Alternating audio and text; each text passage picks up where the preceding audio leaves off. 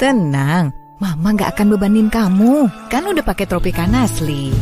Saudara, Polisi Militer Kodam Jaya menetapkan anggota TNI Kopda FH sebagai tersangka kasus pembunuhan Kepala Cabang Bank BUMN Ilham Pradipta.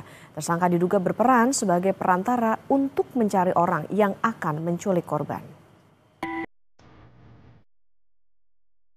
Setelah polisi menangkap 15 tersangka kasus pembunuhan Kepala Cabang Bank BUMN Ilham Pradipta, fakta baru terungkap, yakni adanya keterlibatan oknum TNI.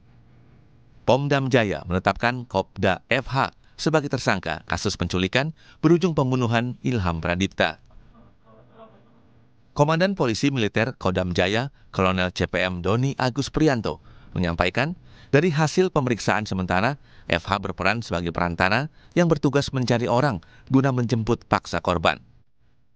Saat ini Kopda FH sudah berstatus tersangka dan sudah ditahan. Mengenai kemungkinan anggota TNI lain yang terlibat masih didalami. Adanya keterlibatan oknum aparat juga pernah disampaikan Adrianus Agal, kuasa hukum salah satu penculik. Kopda FH diduga sempat memberi perintah pada Eras, pelaku penculikan Ilham Pradipta. Oknum F ini dia bilang, Eras, pekerjaannya nanti kamu untuk menjemput paksa seseorang. Nanti setelah kalian jemput paksa, kamilah yang akan mengantarkan yang dijemput paksa itu ke alamat di Bogor. Pada saat mereka telah melakukan jemput paksa itu, kalau tidak salah, itu 45 juta rupiah. Itu yang sebelumnya dijanjikan lebih, tapi ternyata dipotong oleh oknum F ini.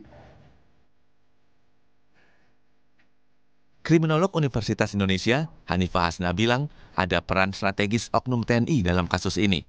Karena seorang oknum tersebut mempunyai jaringan dan bisa mengintimidasi orang lain. Tapi setidaknya ini menjadi presiden buruk terhadap institusi TNI terkait dengan salah satu anggotanya yang menggunakan seragamnya untuk menunjukkan kekuasaan atau otoritasnya kepada masyarakat. Demikian. Dan yang perlu kita ketahui lagi adalah apakah selama ini dia menggunakan fasilitas yang diberikan oleh TNI, misalnya dengan menggunakan seragam atau atribut-atribut lain yang mungkin bisa mengintimidasi orang lain.